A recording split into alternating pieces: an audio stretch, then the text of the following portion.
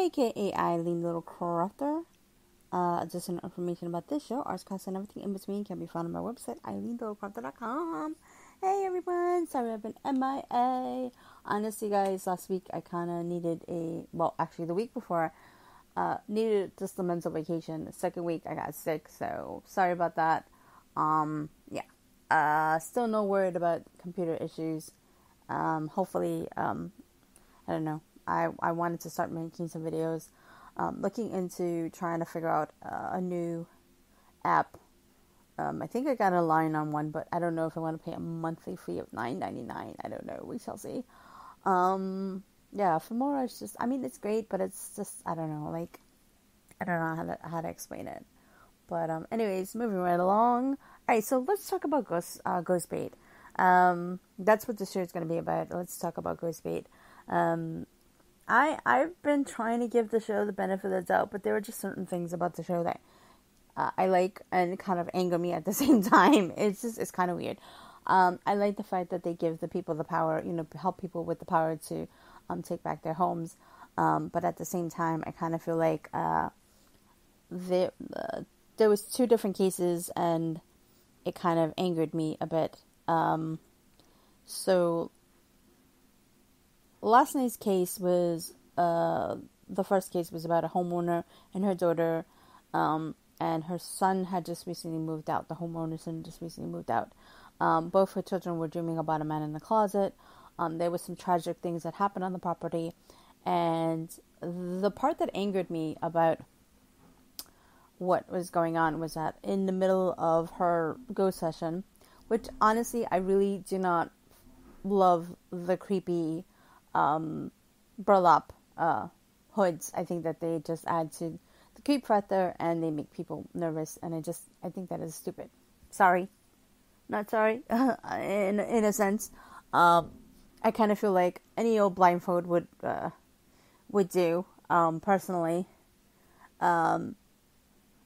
So therefore I kind of feel like, there's blindfolds, like sleeping mask, I kind of feel like it just adds to the creep factor, and, I really would prefer, I wouldn't put that on. I would be like, no, I'm putting this on, or I'm just going to sit there and,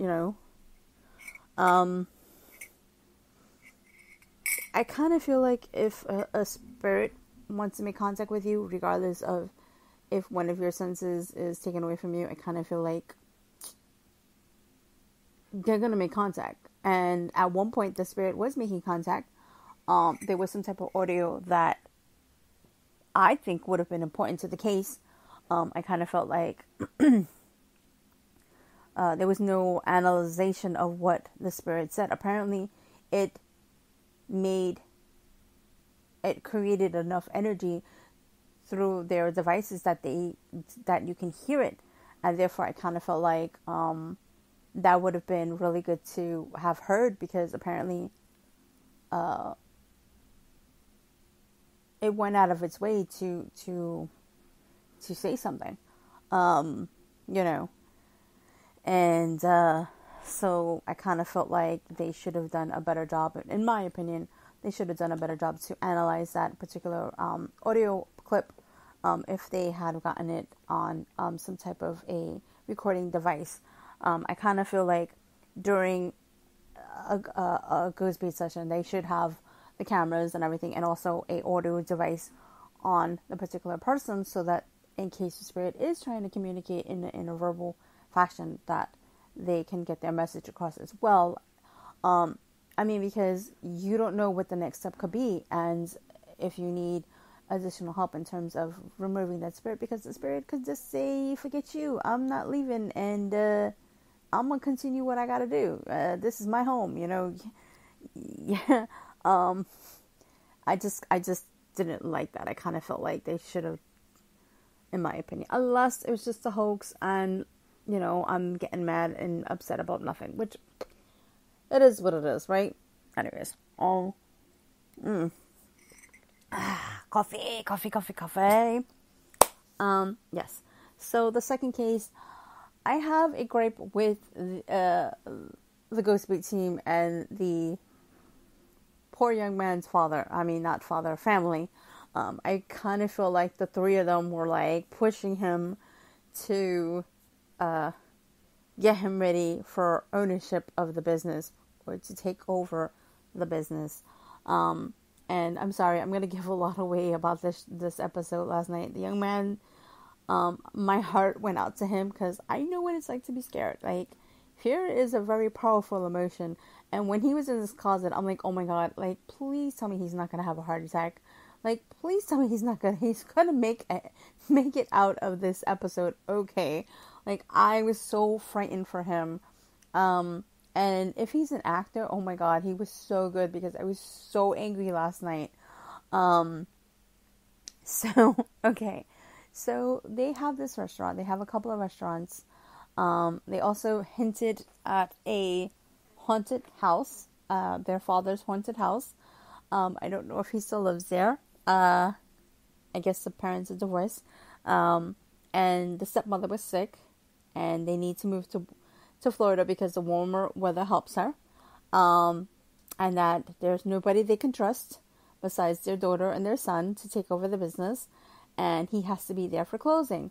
So I'm like, I kind of feel like there are people there, you know, like you could also have cameras, you could do other things if it became a really, really big problem. The stepmother was like, oh, he's become very, like, angry, he's become,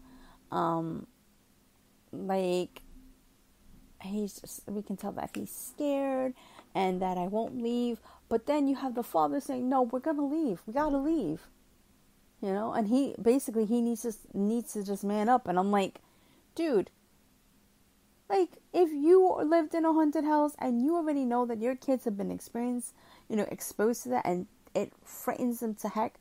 I mean, your daughter, yeah, it may not affected her the way it affected him. But, yeah, even the sister was like, oh, you can do it. Come on, you got to do it. You know, it's going to be too hard on me. And I'm like, how could you put that responsibility on someone so scared? Like, I mean, it's just, what does it do to somebody's psyche? Like, you gotta man up because we gotta leave because your stepmother's sick and you gotta deal with this ghost. I'm like, okay, that was just my personal opinion of the show. Like, that's basically what the gist of it was. And the gist of it was that they're saying that, oh, you know, he has to learn how to, you know, he has to take over the business. And I'm like, dude, seriously?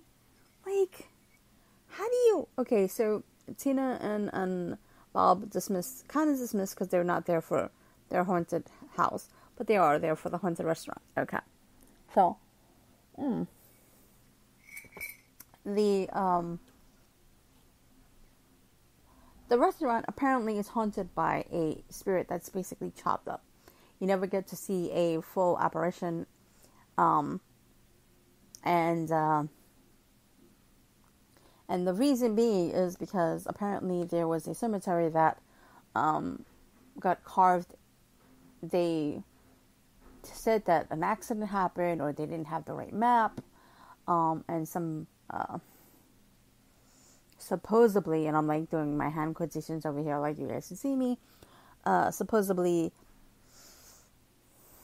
what happened? Brain damage.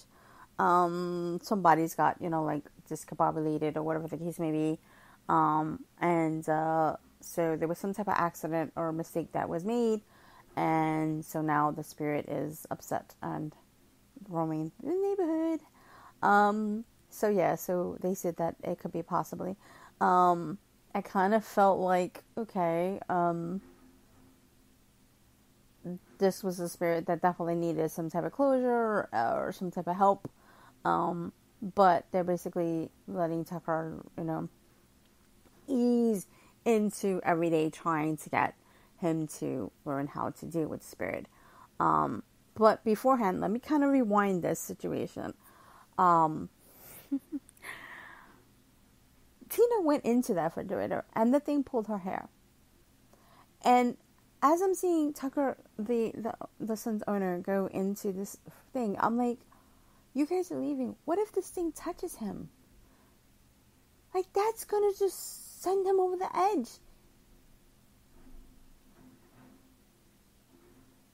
So they're leaving, and as soon as they hit command, he's out, because he said that he was hearing a bunch of noises. And so the father says, Mo, you gotta go with these people. They're gonna help you.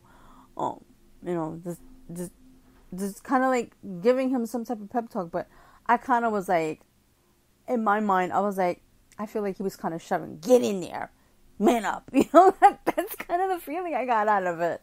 And I just was really, really, really, really, really not happy about that. I was like, dude, like, that's messed up. Okay, so they inched away from him, trying to give him more space in the closet so that he could feel more comfortable in that closet, because I guess, he's going to have to be coming in and out of that particular closet, which is basically in the back area where, stuff is kept. So apparently he's opening and closing. He's doing much better. But I was so mad. I really was so mad. Like, what if something bad would have happened? Like, what then? Like, I don't know. I guess maybe Tina and Bob would have went into action and helped, move the spirit on, or whatever the case may be. They do still, I guess, see it every now and again, but personally, it's just sad. It was just a sad episode, and it made me angry, because I felt really bad for the young man who has already had experiences, and probably you don't know what those experiences were. I kind of felt like they should have, in my opinion, dove into that a little bit more, even if it was off camera, because you don't know if that would have sent him over the edge. And maybe they did, maybe they didn't. These things do get edited out, or maybe, they were like, no, we're going to keep this hush hush so that we can figure out how to proceed to help him. I'm trying to give them a benefit of the doubt here, because, that's how I roll here. Or just in general, like, I always have like 3 different working theories in my head. I know I'm a hot mess. I'm my own devil's advocate, I guess. No, it's this. No, it's that. No, it could be this. There's a bunch of theories. And when you're doing a podcast, if you don't have like a co-host or something like that, you don't have many different theories. So you have to, come up with your own. Oh, well, what if somebody thought this way? Or, this is a theory, kind of like that. But, yeah, that's what it sucked about for me in English. Like, like when you had to pick up one topic and, but this would be good and that would be good. Or how do you... it's just my English teachers used to be like, you have one too many topics going on in your head. I'm like, now you see my conundrum, as I used to say, a lot. Now you see my conundrum. I don't know if I ever said it right, but I just said it like that. It is what it is. So, I want to know if you watch this show, if you think it's hogwash. I've heard the theories about that, about the show, about it's fake, that Tina is not a medium or psychic. Yeah,